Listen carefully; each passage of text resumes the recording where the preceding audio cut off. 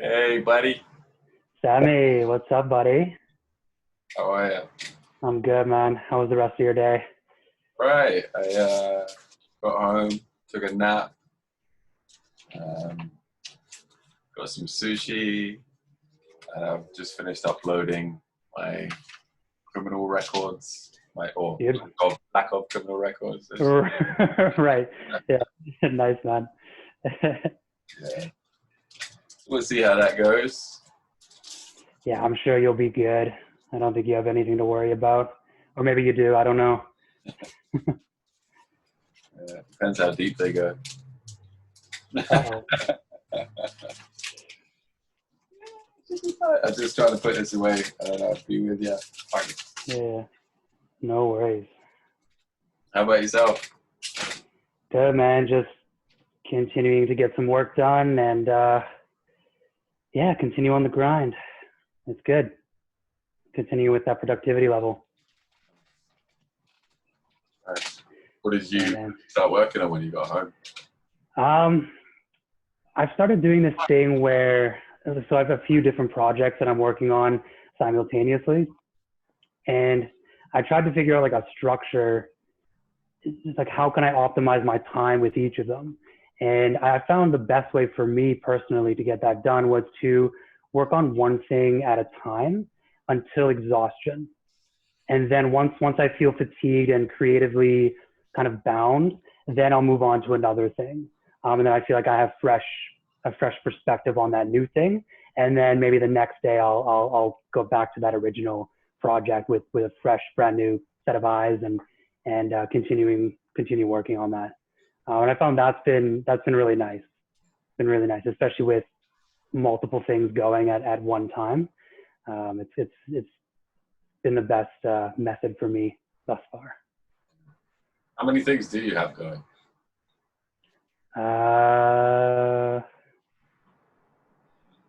well, there's a couple of things in like just an infancy idea stage. So things I'm communicating with friends or people like potential business partners and things that potentially could be worked on in the future. But things that I'm just personally doing right now on my own, I would say 4 or 5 different projects.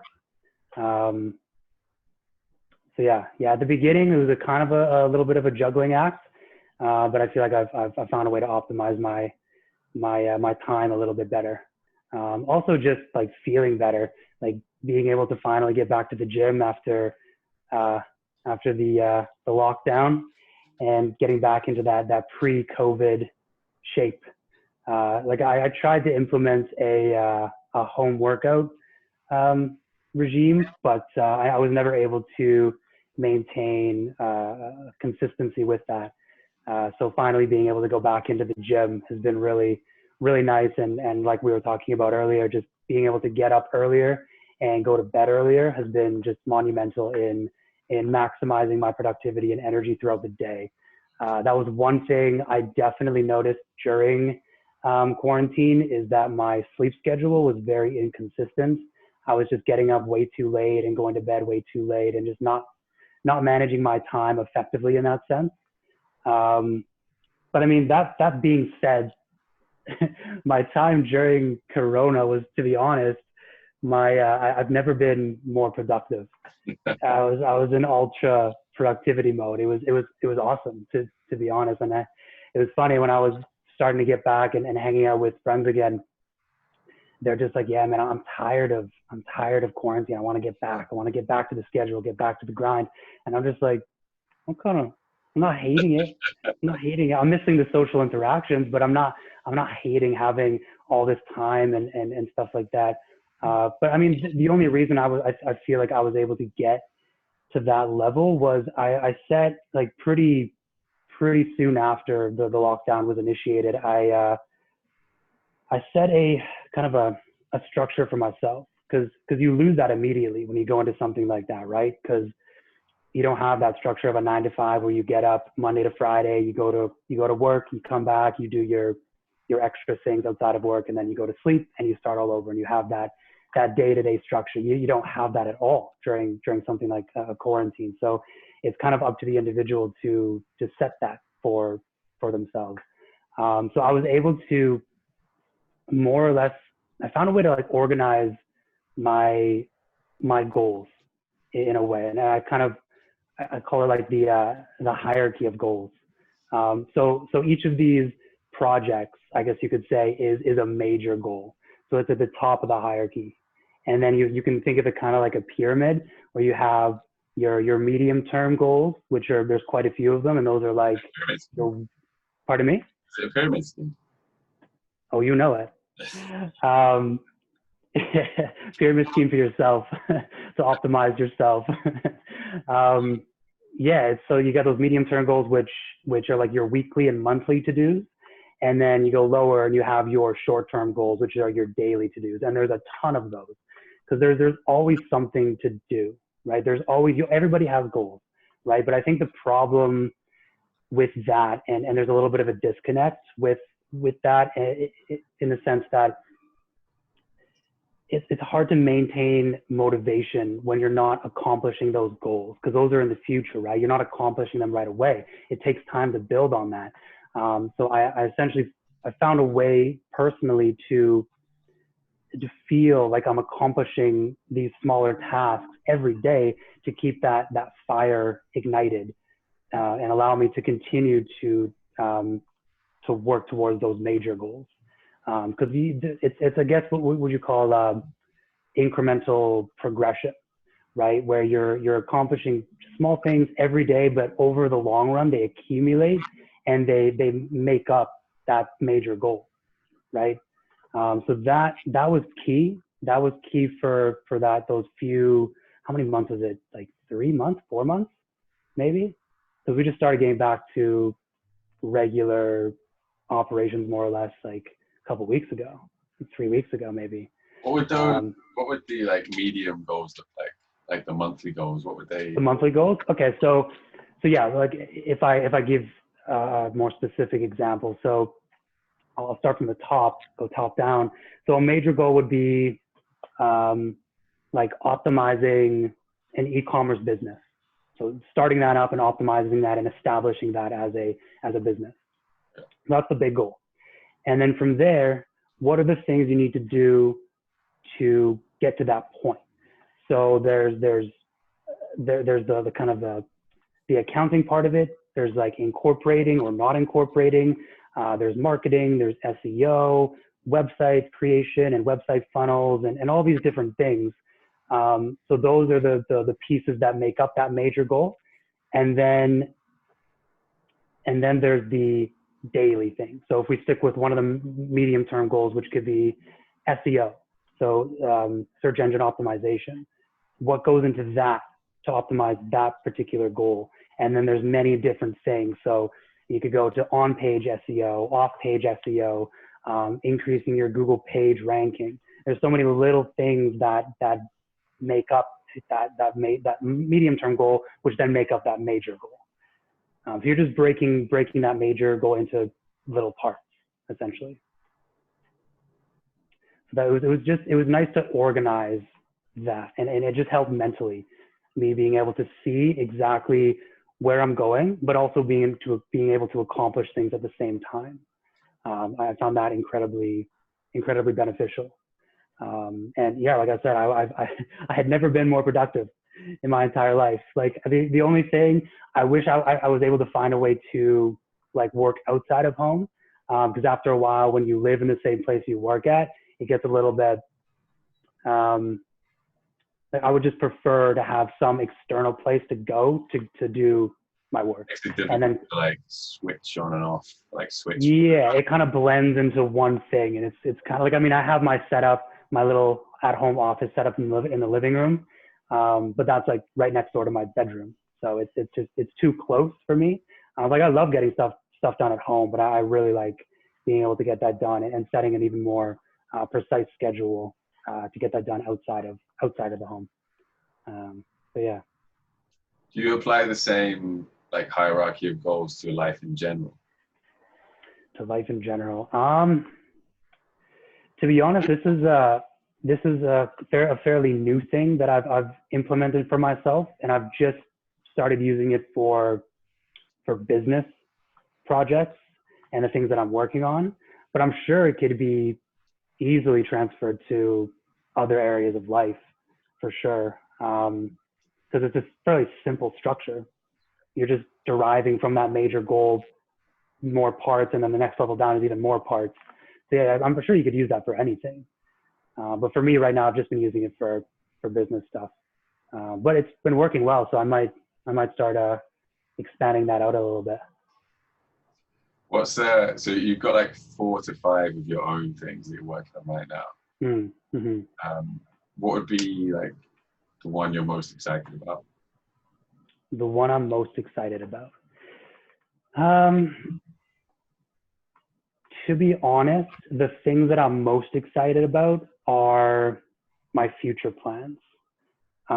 Like essentially the projects that I'm currently working on, the main goal behind pretty much every single one of them is to gain the skills needed to be able to take advantage of opportunities that come in the future. Like I guess as an example, like one of the projects I work on is an e-commerce website, which I've been working on since 2019, so just over a year right now. And my main goal with that was to, pardon me? You say the name? Oh yeah. Festival Threads. Let me plug myself. Why not? Yeah. So it's essentially just a online store that supplies apparel and accessories for people who go to music festivals and things along those lines. There's some other things that we offer, but that's the main kind of business model. And my main goal from that was to, at the end of the day, learn how to build and optimize an online business from scratch. And I feel like the skills learned will be completely transferable to any other entrepreneurial venture that I decide to take up in the future. Things like SEO, like we talked about, branding, marketing, competitor research, the list goes on, really. So my initial goal wasn't necessarily to make money. I mean, although building some capital is a nice little cherry on top, my main goal was just to dive deep into the fundamentals of starting and running a business. Because I honestly, I really believe that to deeply understand something, you have to dive into it head on, right? Like you have to learn for yourself. You have to experiment, execute, make mistakes, learn from those mistakes, and then continue to build. Like there's stuff to be said about researching and learning about things, but I feel like you have to really experience it. You have to put yourself in that situation, and you have to deal with the problems that come up and find ways to counter those problems and create solutions and rebrand and retarget and all those different things that come out of nowhere, to be honest. And that can be related to the chaos of life anyway. There's so many unknowns out there, and you can't prepare for everything, but you can prepare a skill set that can allow you to tackle those problems that come up. So yeah, I mean, with this particular project, I'm just looking to learn the fundamentals, optimize a framework, and I'm essentially using direct exposure to learn. And then, like I said, in the future, I want to be able to follow an opportunity that comes up in any industry and use the skills to capitalize on that opportunity. So I'm essentially just building the skills and directly exposing myself to an ever-changing economic climate, right? Like, and how that affects a business. For example, COVID. Music festivals aren't going to be coming back for a long time, like probably not until the end of 2020. That's essentially my entire business. Yeah. Like that's insanity. That's just the worst. Like the sales peak, right? Yeah, it's the worst possible problem to have, right? So it's like, okay, well that's exactly what I wanted to expose myself to, right? So that's a huge problem. Now I need to be able to find a way to adapt on the fly, find a workaround, rebrand, retarget, just figure something out. So that's the main reason I started this whole thing. This is exactly, I mean, it's a shitty situation for many reasons. But for my goals for this particular project, it's kind of what I wanted to do. because it's not my main passion project.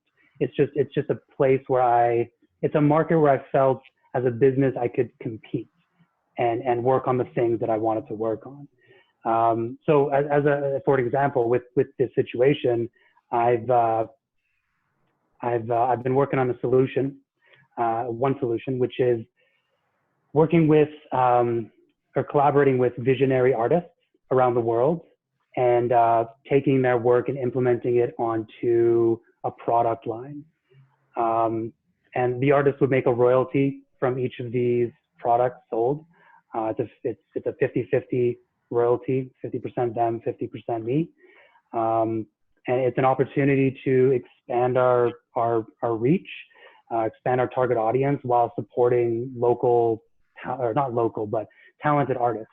And they're extremely talented. The kind of work they make, it's insane. How did I find them? Instagram was a big resource. Instagram, I think, you know what? I think Instagram was the only thing that I used. But yeah, I just started sending messages out, and well, I initially had to create the merchandise program for them to be implemented on. But once I did that and sent some messages out and just started talking with them and figuring out what they wanted and just finding a very positive way to collaborate with them and make it a win-win for both parties. Get their work out there for my audience, and just try to work around this tricky situation that we found ourselves in.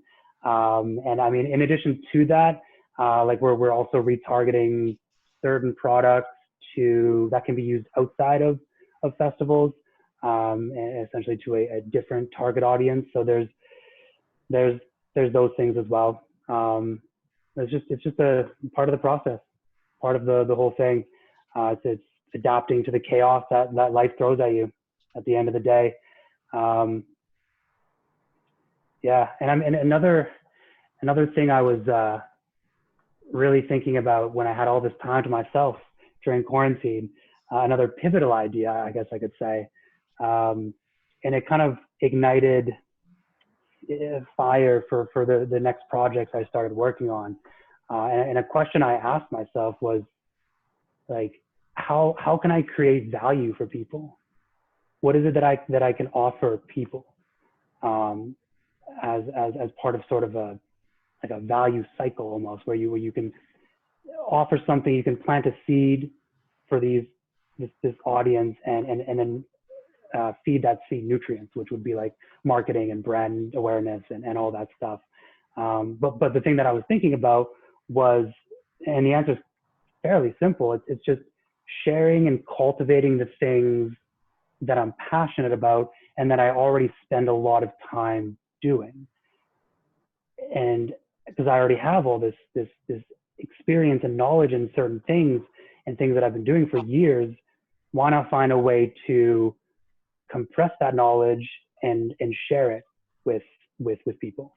So as an example with that, as you know, I've been trading different financial instruments for many years, understanding how the economic system works, micro and macro levels, understanding how these different financial instruments relate to each other, and then as well a little bit of technical analysis, which is sort of a probabilistic approach, and understanding chart patterns and trends and using historic price action to inform yourself and figure out where price for a particular asset may be going.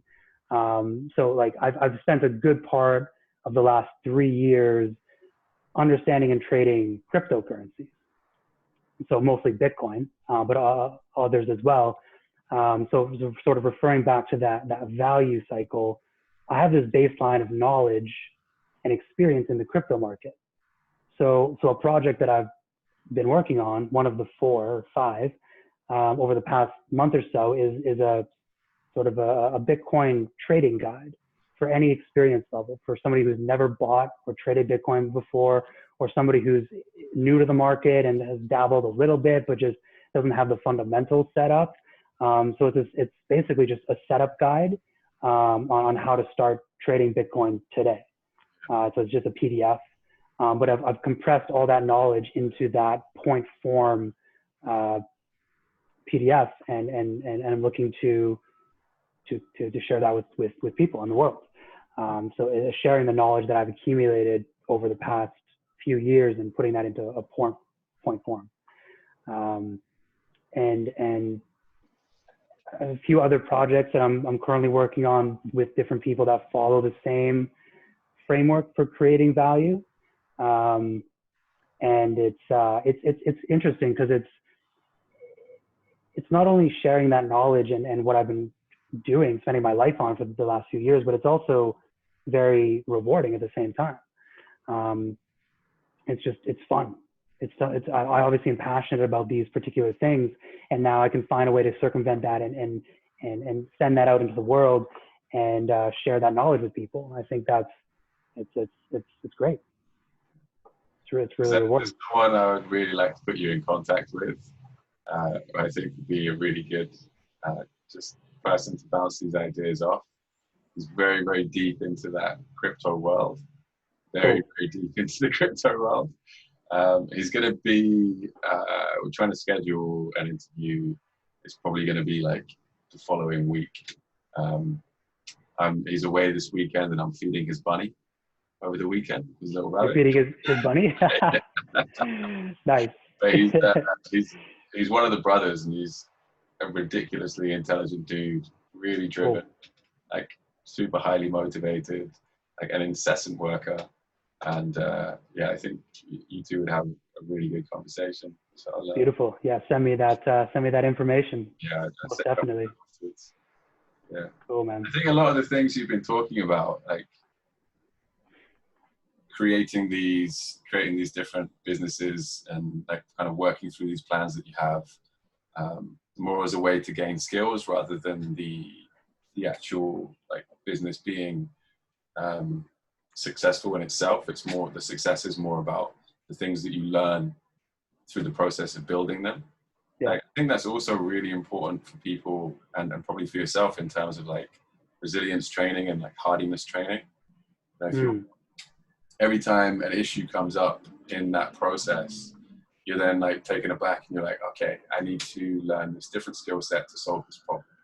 I just have more problems to solve, right? And just having that, training that kind of mindset just drips over into other areas of your life. So any issues that come into your life, it's like, okay, I just need to learn something new and that will allow me to solve this problem, you know?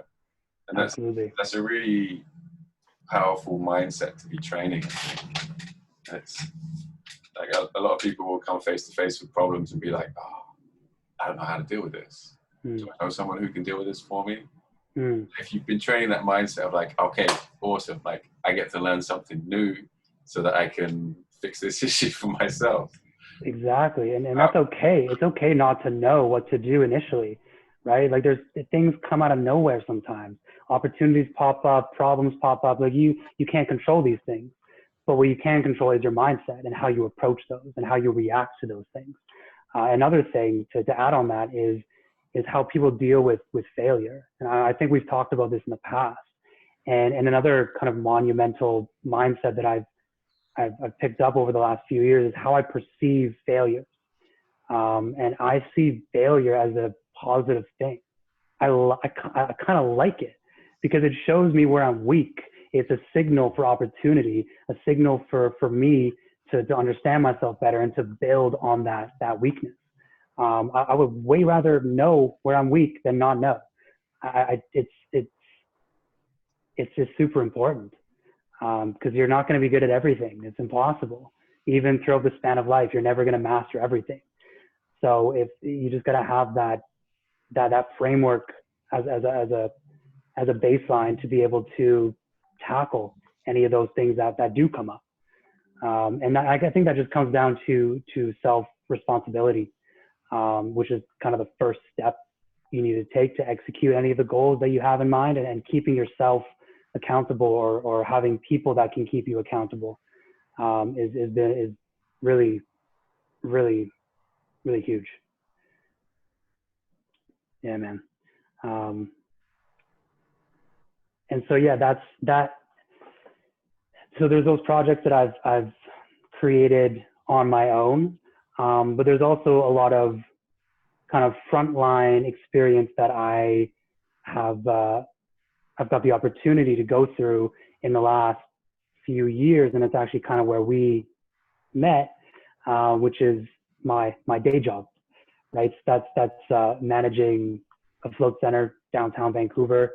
And I mean, to start with, I sort of just fell into the managerial role.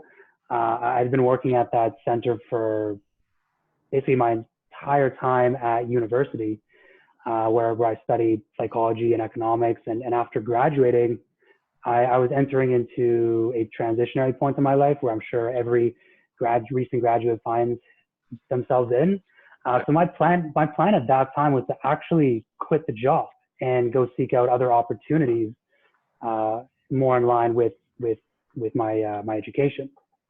And at that exact time, speak of synchronicity or whatever you want to call it, I was offered a managerial role with the company.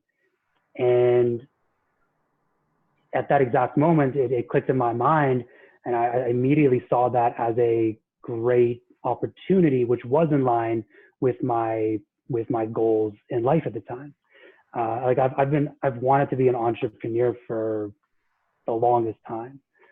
So that particular opportunity was a great way to attain some experiential knowledge of how to run a business without the risk involved in that, right? And luckily for me, as you know, the owners gave me ample responsibility. Yeah. It kind of like just gave me the frontline operations and allowed me to experiment with different things and different tactics and optimize things for myself, which was a fantastic learning experience, and it still is to this day. Like it's giving me the reins to learn, really. And my two main goals starting with that position were, one, to learn the ins and outs of running a business, and two, finding ways to optimize an already established service. And that optimization came to life in a few different forms, I guess, like operationally, managing people, extracting information from clients to better our services, and many more things. And this, it kind of goes to another project that I'm working on, which is in line with the Float Center, and it's trying to change the perceived value of the service that we offer, right? Changing the perceived value of floating and trying to get away from the relaxation and meditation part of it all, and going more in the direction of the therapeutic side of floating. Because I mean, there's so many different ways to utilize the experience, right? Like as you definitely know, there's so many ways it can help people depending on their unique needs. Like I personally use floating for the visualization component of it, and as a place to get away from the sensory overload, and a place where I can actually work with my mind and use it for problem solving and to optimize my internal process. Like I'll go into, and I mean, when I first started floating, it wasn't so much like that. It was going in for the relaxation. I heard about it through Joe Rogan, and it kind of got me all excited to go in. I thought it was going to be like a trippy experience, and then it was just kind of nothing. I was like, okay, now what? And it was very relaxing. It was physically very relaxing, and mentally it was as well. But over because I've been floating for 6 years now, maybe more. And over that time, it's developed into a whole new practice where now I'm going to into each float with an intention. And whether that intention is a problem in my life currently that I'm looking to solve, or a creative barrier that I can't seem to get through, or something along those lines. And I'll go into my float and not necessarily spend the entire duration of the experience working on that idea, but using it as a baseline, and then kind of cycling through different things, whether that be my breath or quieting or just allowing my thoughts to kind of go where they may, but then circling back to that intention and chipping away at it. And I may not get my solution in that one session, but over time, over accumulated floats, I'm going to chip away and chip away and chip away until I get to a point where I've come up with a solution that I'm happy with. So that's been huge for me. So it's coming back to the idea. It's about matching specific benefits that are out there in the world that are backed by research and matching those with individual needs, whether that's for floating for depression or fibromyalgia or burnout or PTSD, post-concussion. There's so many different things. And combining that research with our own in-house data that I've personally been collecting over the last year and a half, 2 years, and then to create a blueprint of education and communication to help just optimize our service a little bit more, and to help. Here's the thing I was thinking about the other day, was if somebody's coming into float just for relaxation purposes, what happens if they don't have a relaxing float? What happens when they come out? We ask, how was your float today? And they say, my mind was just all over the place and I couldn't relax. So I've come out like really frustrated sometimes and like really tense and like irritable. And I'm just like, what the fuck was that about? Come out and I sit in the lounge and I'm just like, you know, I feel okay, but I just feel like there's something that needs to be chipped away a bit more before it kind of gets to the surface, and it's just like slowly cracking its way open. And the first kind of responses to that are resistance, like irritation, anger, and these things, you know, and you just have to get back in and like try and crack it open more until you can see it and you're like, okay, and you can see it and make peace with it. Exactly, right? Like it's communicating that education and that mindset, right? That's something where I feel like there's a pretty major disconnect with our clients, and finding ways to tell them, yeah, it's okay if you don't relax every time. Like that's not necessarily the point. There's other ways to utilize the experience, and if your mind was particularly noisy, there's definitely a reason for that, right? Like the experience in and of itself is a projection of your internal processes, right? You're getting rid of everything external for the most part, 99%, and it's just you. So if your mind's all over the place, then there's a reason for that, and there's also an opportunity to tackle that and understand why it's all over the place. And then you can work from there. And that's the practice that I feel that we need to communicate. That's the most important part. That's what can start changing people's mindset about things and actually help them develop mentally and physically and really get to that next level. What would you say through this like whole journey of having the opportunity to take on a business without the risk, and then also like your own personal endeavors that have become businesses in themselves and kind of educational tools for yourself? What would you say some of the biggest wins for you are throughout that whole process? Especially with the Float Center specifically, it's just the ability to learn and gain those skills without having the risk. That's been huge. It's been huge because I could have gone a different route out of university and wanted to be an entrepreneur and gone and taken out a business loan and started up my business and experimented and learned and failed and then lost all this money because I didn't know shit. Whereas in this situation, I can learn everything that I need to learn. And then what's nice about this particular job is it's not like I'm able to, it's not the typical 9 to 5, right? It's a little bit more flexible. So I'm able to work on other things at the same time and build my skills in those places as well. Because I mean, with the Float Center, I gained a lot of direct experience in the front of business operations, but I didn't gain a lot of experience with the back end things like website optimization, SEO, all those other things. So that's what motivated me to go and try out other business ventures and begin to learn and sure, I don't mind putting money into it if I'm going to gain this framework of knowledge and skills that can make me a better entrepreneur in the future. Right. Pardon me? It's tuition. Yeah. Yeah, man. Like I have these major goals that I want to spend my life doing. There's these things that I want to 100% do. And what I'm doing now is preparing myself for those things. That's 100% what I'm doing right now in the current state of the Float Center and my other personal projects is just getting ready and being able to take advantage of the opportunities that do come my way. Yeah, man. Essentially just creating a blueprint for myself. And whether that blueprint helps me build a business in the future or create value for people, I don't know what it's going to be. Because like we said, things pop up, things happen, things come out of nowhere. The unknown is a very scary place.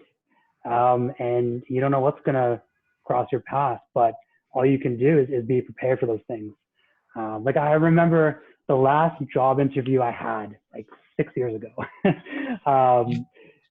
I was asked like, what's your 5-year plan? And even at that time, I was like, I don't have a 5-year plan. I have ideas, but I don't have a 5-year plan because nothing ever goes according to plan. Alternatively, I have a preparational plan.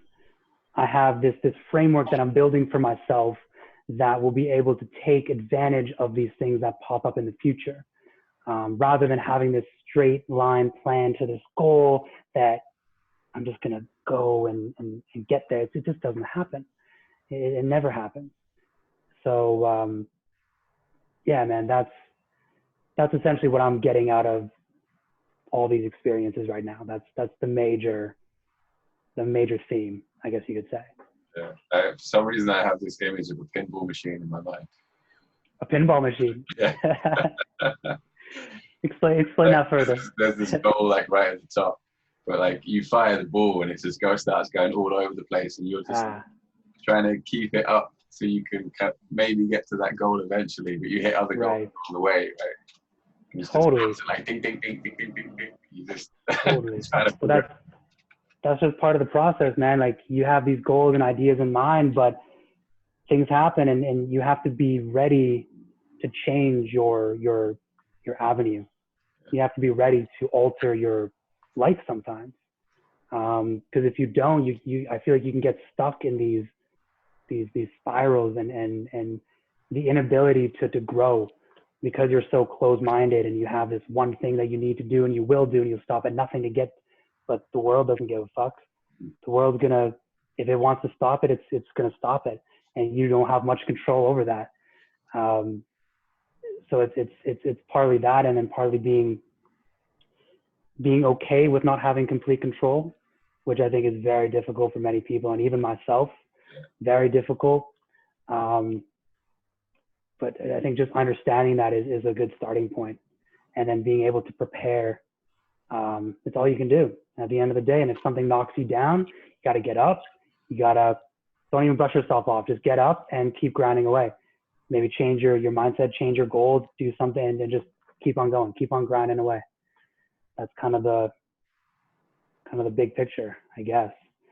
But I would say in a long-term approach for me personally, what these little projects are building up towards, and my major goals in life, of what I've over the past couple of years I think I've decided what I want to do. So that was a big thing over the last maybe 5, 6, 7 years, is like, what do I want to do? What do I want to spend my life doing? Definitely not working for somebody else. Definitely not working for somebody else's idea. I want to be able to create my own idea and create my own life and work towards that. I remember saying to myself, I would rather spend my entire life trying to be an entrepreneur and fail throughout the entirety of my life than settle for working for somebody else and working under their rules and ideas. Like obviously certain situations and circumstances, they force you to kind of, at least in the short term, settle for those things. But I feel like for many people that feeling of comfort and security is it's too comfortable, and they get stuck, and then they get stagnant, and then they're unable to temporary, right? Exactly. They're unable to actually go for the goals that they really want to do and go for the things that they're truly passionate about. And that's kind of like, that's what I think life is all about. Like going after the things you're passionate about and increasing your quality of life in that sense, and doing the things you enjoy. And it's not easy. It's going to be a grind a lot of the time, but you're working towards something. You're keeping yourself accountable, and you're building and building and building, and you're falling down one step, but then you're 2 steps forward, and you fall down and then you're 2 steps forward. You just keep on going. But yeah, with those couple of major, I mean, I guess there's a major theme when it comes down to it, and that's simply put sustainability. So that is what I want to be spending my time on moving forward in the future. And I'm building the skills to tackle those opportunities. So there's 2 main ideas that I'm working with right now, and they're very much in their infancy stage. They're just things that I've researched and I've figured out that this is what I want to be spending my life doing. And that is finding a sustainable food source and working on sustainability for our oceans. So as examples for either of those things. Small problems, bro. Small problems. Pardon me? Small problems. No problem. So for the food sustainability, actually, let me start with the other one. So I'm going to start with the ocean sustainability. So kelp farming. This is something that I've been introduced to just over the last year. I actually have a friend, my roommate knows somebody who's been doing this for a few years, and that's actually somebody that I'm looking to connect with and learn more about how it all works and what exactly he does. Because I mean, the ocean is taking a beating. The ocean is taking a beating, whether that's with warming water temperatures or pollution or overfishing. Like we're messing around a little bit too much in that sense. Like it's so vast that we kind of psychologically think like it doesn't matter. It's so big, we won't make an impact. See it. Like it's not. We don't see it, right? It's an external impact. We don't feel it, right? But one day we will. One day we will feel that if we keep going in that direction. Like there's a term I just learned the other day, ocean acidification, which is basically the decrease in pH levels, which is caused by an uptake in carbon dioxide from the atmosphere. So the pollution that we create is coming right back down into the oceans and causing even more problems. So with the example with kelp farming, kelp and other macroalgae are quite efficient at storing this carbon, and it can help with that acidification issue. So that's something that I really want. And again, it's in its infancy stage. I need to do a lot more research. I need to get into contact with a lot more people, figure out exactly what I want to do with that. But that's something that I see myself doing in the long term. And yeah, man, it's something that I'm gaining a lot more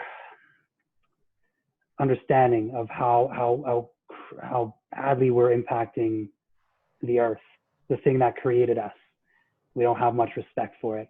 So I think and the other side of that, the food sustainability, something that I've done a little bit more research on, which is cricket farming. So this is something I'm very passionate about. This shit gets me going, man. Like the Earth's population is getting out of hand, right? Like there's so many people, right? There's just so many goddamn people.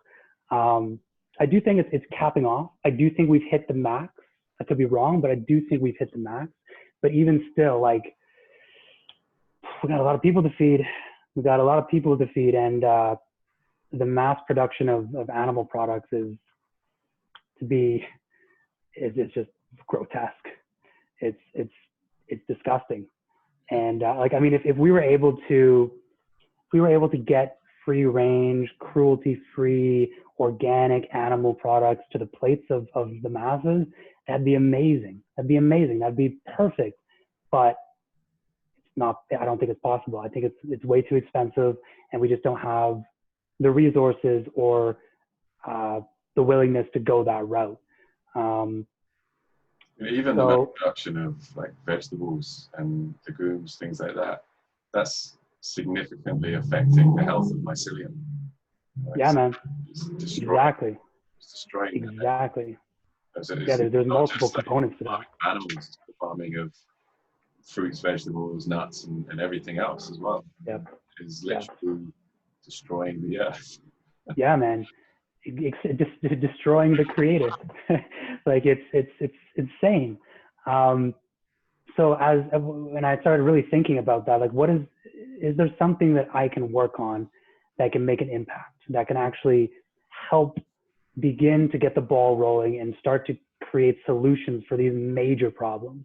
Like, that's what I want to spend my life doing. And one potential solution to that is insect farming or cricket farming. Like, cricket farming offers a highly sustainable protein source with a full amino acid profile. Like,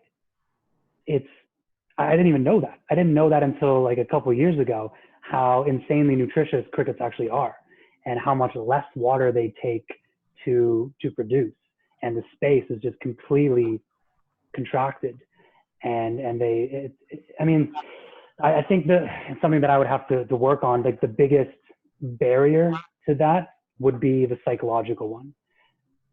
Like, we would need to find a way to reduce the stigma of eating insects, right? Like, I mean, it's primarily in the Western world, but people don't want to be eating insects. Like, I brought it up to someone a few weeks ago.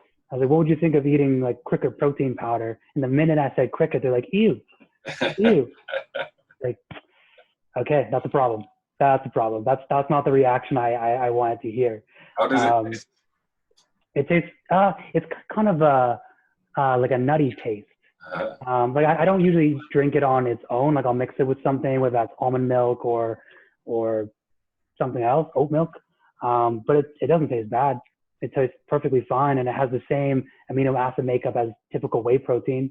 Like, for me, whey doesn't do so well in my insides. I took a food sensitivity test maybe a year and a half back, and I was so surprised by the results. I was, Avocado, huh? it was rough. It was rough to learn that information. Like, all the things I ate all the time: eggs, avocado, kale, whey, like, daily. I would eat these things daily, and now I just find out that I'm extremely sensitive to them. Fuck. But I think a lot of people are sensitive to whey and I mean, many other things. But I think the fear of eating insects, I think that stems from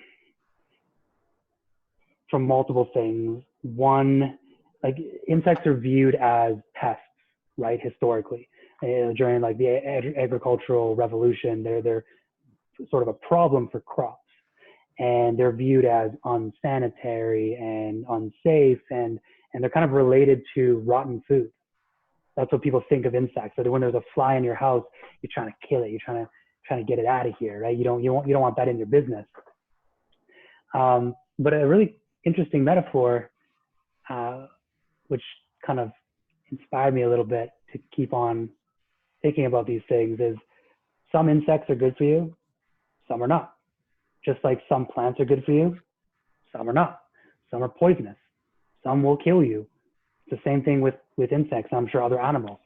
We just got to do the research and figure out which ones we can consume, and then go in that direction and find ways to create that sustainability farming and that mass production in a much better way.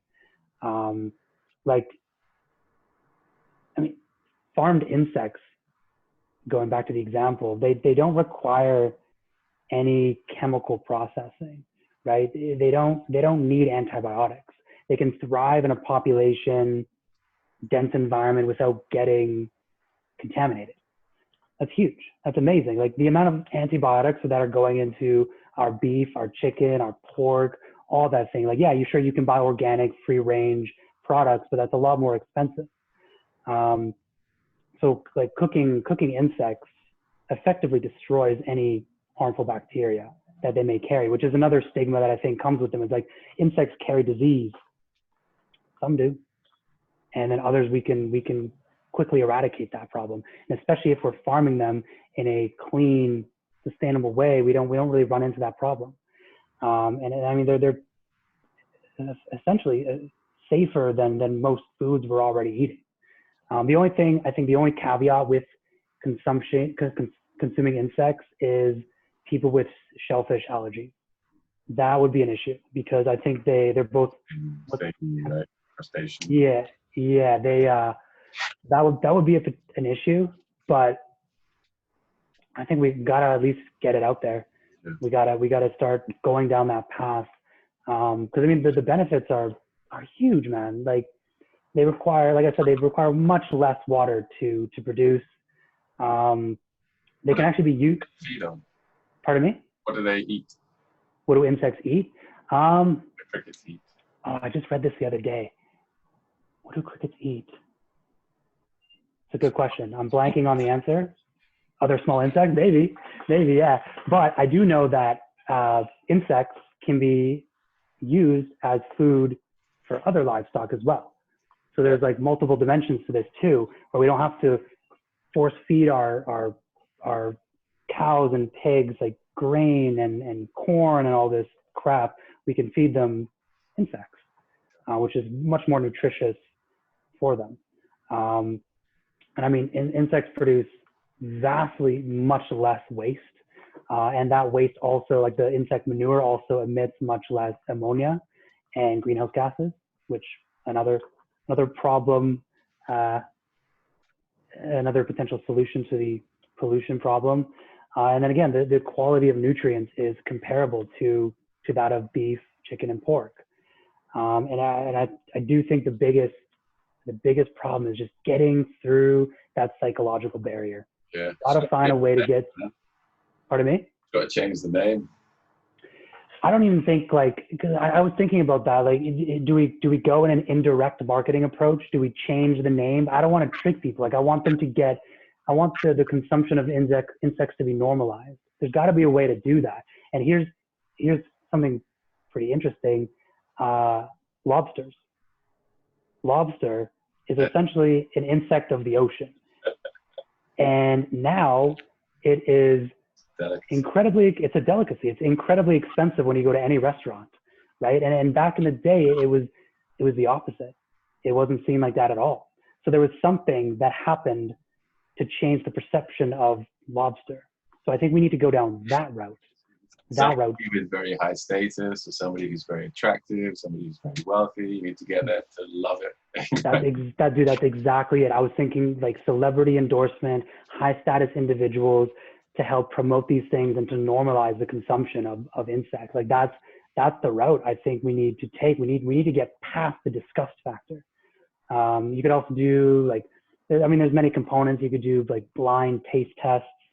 And then when somebody's like, "Ooh, that's good. What's in it?" Bugs are in it. Guess what? So I mean, I guess that does go in line with the tricking people, but I think there's like dude in the gym, like eating like a cricket bar, just curling. Yeah, man. Like I was in a Body Energy the other before COVID all went down, and I was asking them, "Do you have any cricket protein?" And we used to provide that, but nobody was buying it. I was like, huh, okay. So I managed to find some on other websites, and was able to get my hands on some, and it's great. It's clean because whey, it for me personally, it upsets my stomach, and it doesn't do well. With the cricket protein powder, it's super clean. I'm getting the same amount of protein, and it's great, man.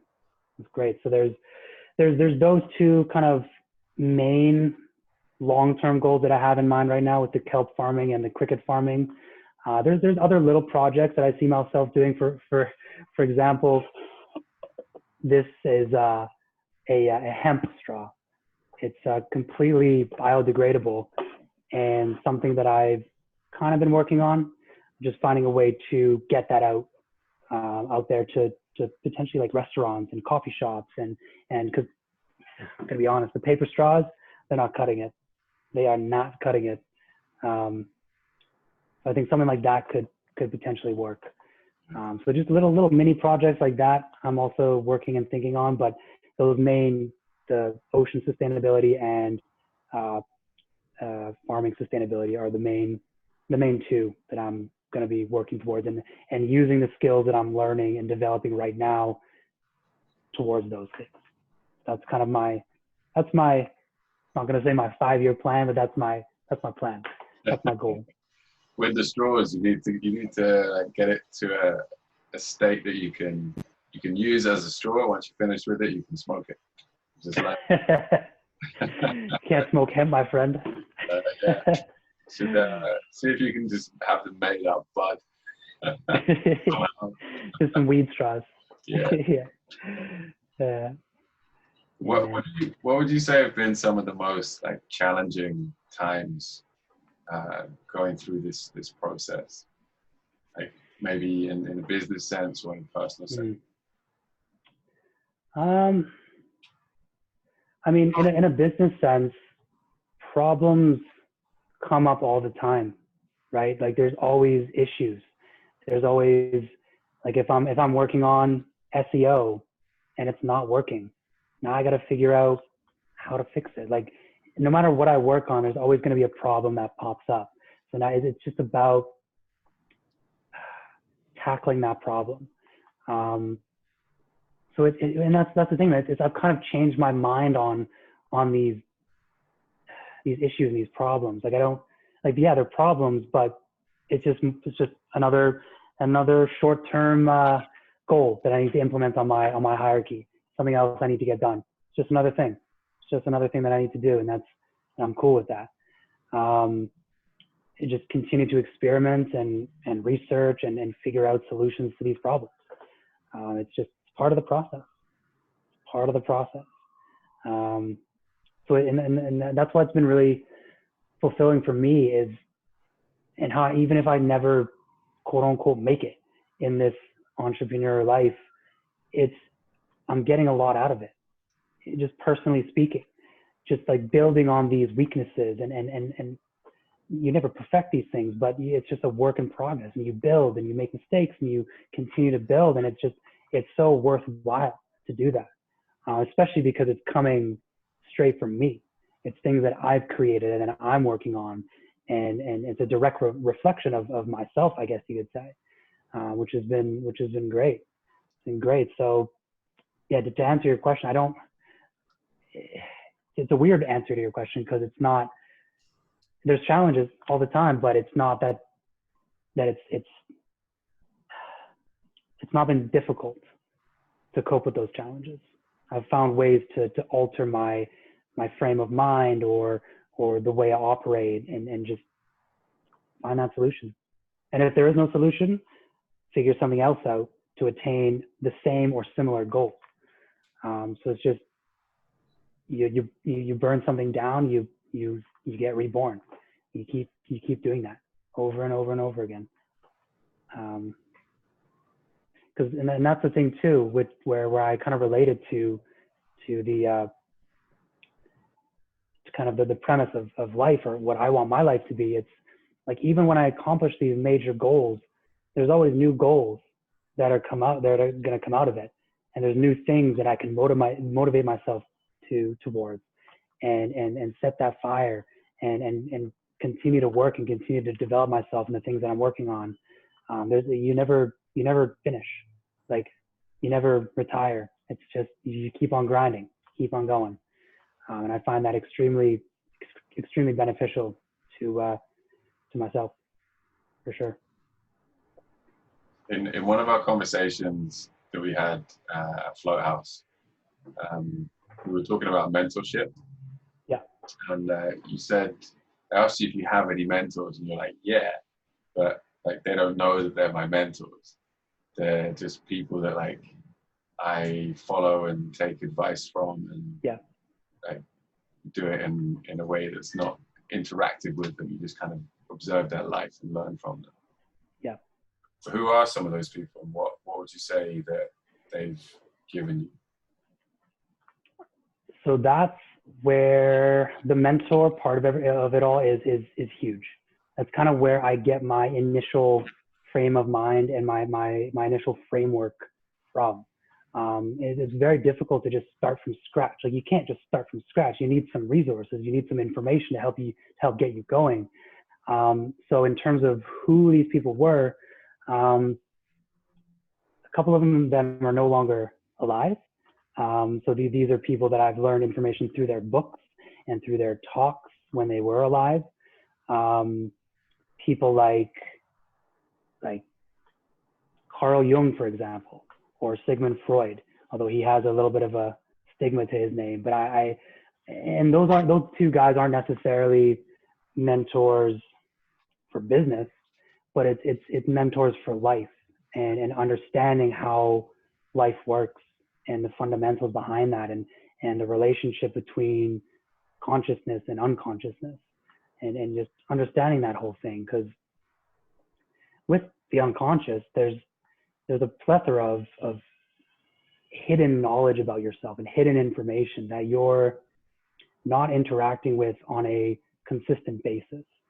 And there's also different ways to access that knowledge, whether that be writing, free associations, deep thought, and dreams as well. So both of those mentors help me understand a little bit more in depth how the unconscious process works, and which can better help me understand myself and understand how I was shaped. How did I get to the point where I am today? What are the things that happened, whether that be just understanding my genetic predispositions, understanding my family makeup, what they bestowed onto me, understanding my environment as a child, adolescent, as an adult, how those things affect me, how that changes how I behave. Because I mean, unconscious thoughts they're presented to us all the time in our own behaviors, but it's difficult to notice them without acute attention. Like you need to be able to pay attention and not only pay attention to them, but then start to think about how those things and why those things are presenting themselves. So one thing that I learned specifically from those two mentors is paying attention to my behavior, what I say, my intrusive thoughts, and my trigger points. And first of all, understanding what those are, and then taking a step back and understanding where they came from. And that's been monumental for me. Just interacting with the world, interacting, just better understanding myself. So those are two guys.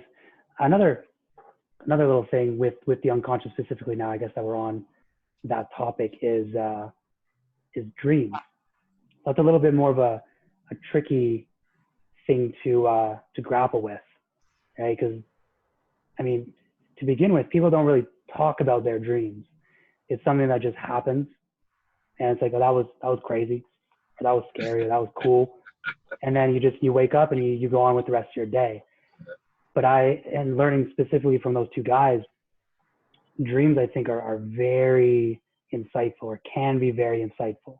Sure, there's probably a lot of noise and a lot of potential for misinformation, but I also think it is a direct path to the unconscious, because there's sort of a mediator between the unconscious and the conscious, your conscious self, and that mediator brings ideas from the unconscious to your conscious self, whether that's through intrusive thoughts or triggers or just behaviors in general, right? And through dreams, it's sort of a pathway a direct pathway backwards into those unconscious ideas and thoughts and themes, and kind of getting to the root of yourself and understanding how your history has shaped you, and how your current state affects all of that, and how that all meshes together. It's very complicated, and there's definitely, I do not have a grip on it whatsoever, but it's just interesting to begin to understand those things, and being able to notice things in dreams that you can directly to relate to things that are happening to you in the present, and then also dreams that are a reflection of maybe who you were in the past, and different traumas and things that have influenced you. And I think that's really good to know, because if the things that you dream don't necessarily pop up in your conscious life, you never get to encounter those things. But at night, those things pop up, and now you have direct access. And writing my dreams down, or just recording them. If I don't have time to write it, if I've got a jet in the morning, and just recording it on my phone, getting it down, and then going back to it, and understanding it, and trying to get a better understanding as to who I am. And it's funny with those unconscious thoughts in dreams. I find it's really easy for me to relate those to past traumas or things in my life that I regret, and just understanding that allows me to move forward in a more beneficial way and in a more positive manner.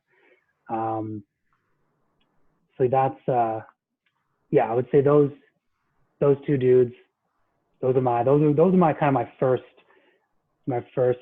influencers in terms of like understanding what the unconscious is all about, and how that relates to consciousness. Another big figure in my life has been a guy that you're very familiar with, and that's Dr. Jordan Peterson. I started watching his videos on YouTube. I think the first video I watched was on Joe Rogan, and right from the get-go, I was like, ooh, I like this guy. I like what he's saying. This makes it so simple, but it makes so much sense when he's just talking about responsibility and taking responsibility for your own self before running out into the world and trying to change the world and trying to manipulate all these different things. Like, if you do that without a deep understanding of yourself, you're essentially just expressing those traumas and those triggers out into the world, and that just creates bad. I just don't think that works out very well in many different situations. Yeah, so like he's been huge. He's been a little bit quiet the last year or so. I know he's had some health issues and family stuff, but I really hope he gets back, because I've missed listening to him speak. I saw him in Vancouver for a live talk once, and it was great. Like, I've read 2 of his books, and it's just been really nice to have that sort of that guide to help you navigate through this chaos of life, and understanding you need to have one foot in order and one foot in chaos at all times. You need to dabble in both.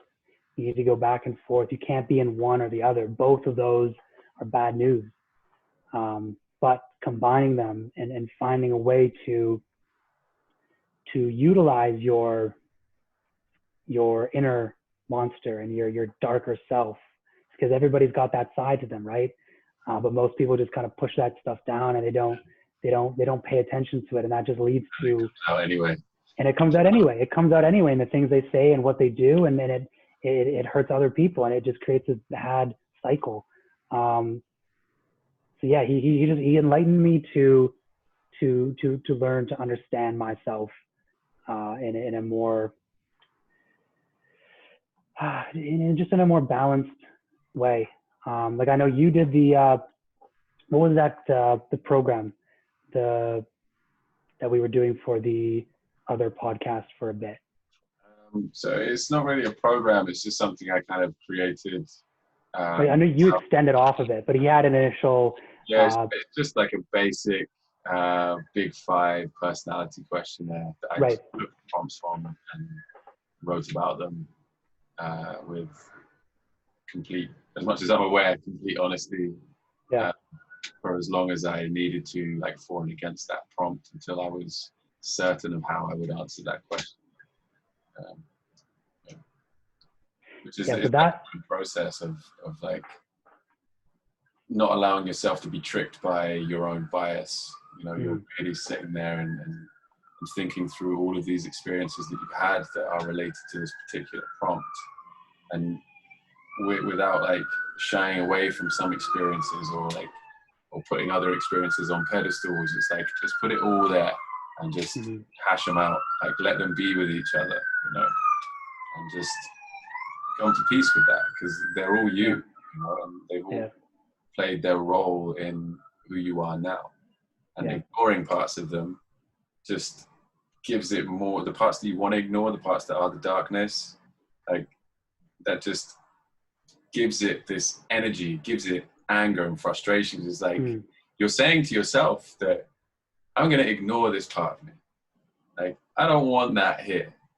And so you're saying to yourself that there's a part of yourself that you don't like. You know, like, what does that do to your mind? Not good things. What does it do to your, like, self-perception, your, like, sense of self-worth, your own, like, personal value, you know, self-esteem as well, confidence, everything. It's the way you show up in the world. The more you've owned those things that you have done, and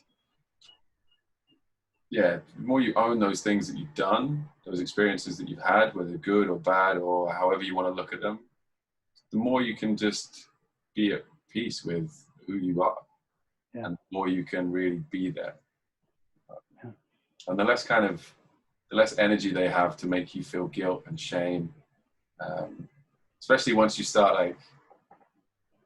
you've released that guilt and shame initially, and then you then start sharing them with other people, you start to then find, like, the humor in it, you know, because everybody's got them. You start to find the relatedness between people. It's like, I sit in a group every Monday, and, like, whenever somebody comes out with something that they're, like, kind of feeling guilty about or shameful of, or some kind of, like, just the way that they dealt with something, whether it's in the past or now, I really like the moments where it's like, okay, we're just going to stop you there for a minute and, like, have a show of hands of, like, who's been in the exact same situation or who's done the same thing. And, like, most people just like, yep. It's like, that's fucking great, because you go through the whole day thinking that, like, you're the only person that's done this, like, thing that you perceive as bad or evil or whatever, or shameful, or, you know, and everybody's got them. And then it just builds up in your own mind until you finally say, I'm going to own this thing. And other people are like, yeah, me too. I've done that shit too. And you're like, great, now it's behind us. Like, it wasn't behind us when we were trying to put it behind us, but now it is. Now we've, like, let it out. Yeah, well, you've gained that connection with other people, and you've related to them in the darkest possible way. The things that you're afraid of, the things that you're afraid to communicate with other people, you've found the ability to share that. That's amazing. That's huge. And one thing I really like that you did with the Jordan Peterson program is how you extended it. So the typical program asks you to, what is it, like 100 questions or something like that, and it asks you, do you get angry easily, would be an example, and you answer on a scale of 1 to 5 if you get angry easily. And that's good. It gives you some insight, but at the same time, how much does one think about that answer, right? Like, how true is that answer actually? Or is it just, is the answer you're giving what you think the answer is, but not what it actually is? So what you did, and what it's fantastic, is writing, what was it, like 1,000 words or some crazy thing per question, and just going back to previous parts of your life and relating that to the present day, and just diving deep into the issue and just really trying to figure out the truth. That's huge. And giving an honest, like the most honest answer you can give. It's amazing. And then we with a few other people, we extended that a little bit more off of what you did, and had a little bit of a, not a podcast because we never released any of it, but we had a little sit down once a week, and we'd have these same questions, and that would be the topic for the night.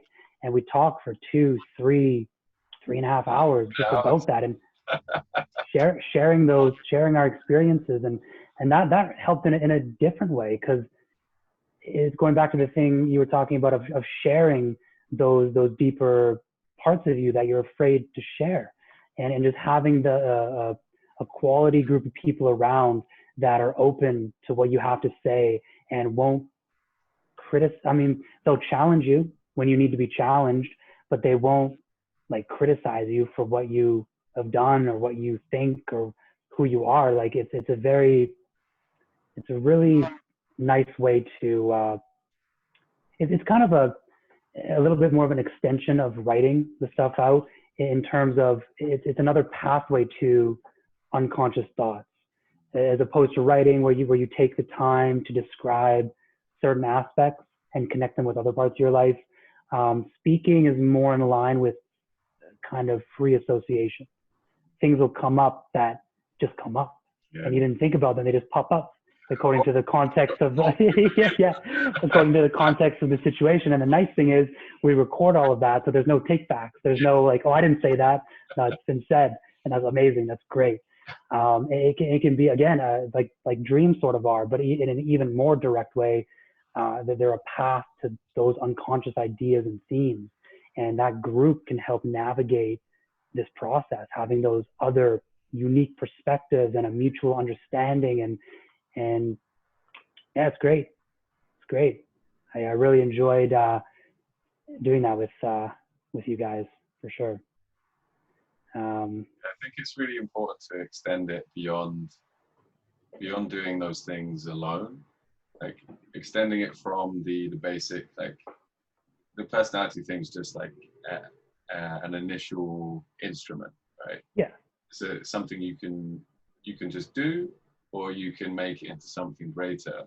But if you're like, a lot of the time I was doing it by myself, or I did the whole writing part by myself, and there's a lot of value in that, but it's still just you and your interaction with yourself.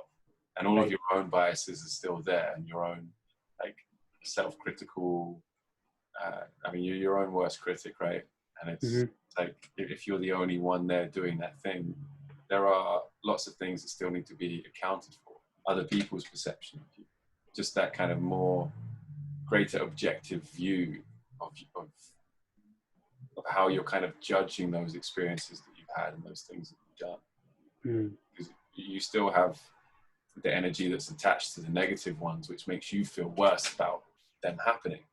Yeah. And it's like once you start to connect it with other people, it just gets less and less and less and less and less. Totally. Until it's just like that shackle's kind of broken.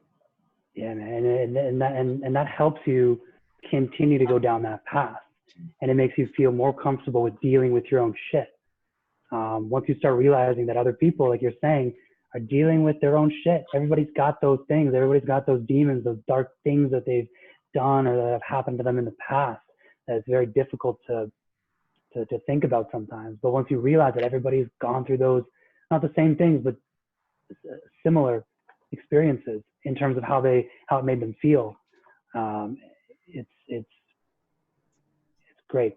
It's just fantastic, which is something that I really took from those particular experiences with that little podcast that we were doing. Is I started writing a lot more, which is something that I've always wanted to do, but it was just never able to take action on that intention.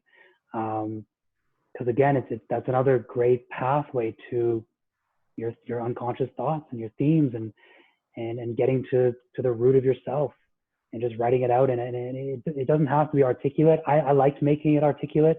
I liked thinking of unique ways to phrase that, and just really diving deep into myself and my past, and just understanding myself, so that when I do decide to project who I am to the world, that it's coming from an authentic place. I'm expressing my truth. and I know my truth. That's been a big part of my personal development over the last couple of years is trying to understand my truth. What is it? What is it? And then move from there. So those few different avenues have really helped shape that component of my life. And I'm very, very grateful to have that opportunity to do that.